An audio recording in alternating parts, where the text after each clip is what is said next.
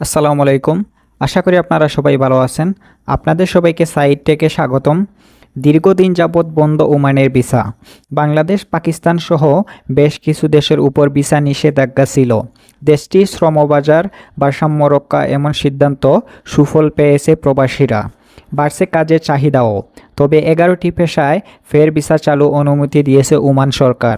পাকিস্তানের সরকারের অনুরোধে ওমানের সরকার এই সিদ্ধান্ত নিয়েছে।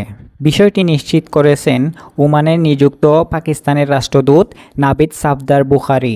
স্থানীয় এক সংবাদ মাধ্যমকে দেয়া সাক্ষাৎকারে তিনি জানান, কয়েকদিন আগে ওমান সরকার পাকিস্তানের নাগরিকদের জন্য এই ভিসা চালুর বিষয়টি সম্মতি দেয়, যা প্রায় সব প্রধান পেশাকে অন্তর্ভুক্ত করেছে।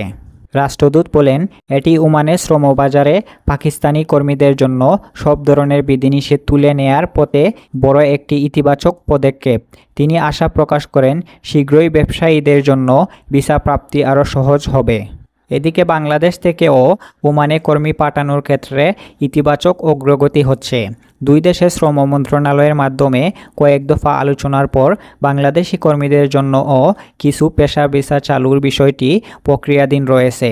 কর্মসংস্থানের সুযোগ বৃদ্ধিতে এই পদক্ষেপ গুরুত্বপূর্ণ বলে মনে করেন সংশ্লিষ্টরা।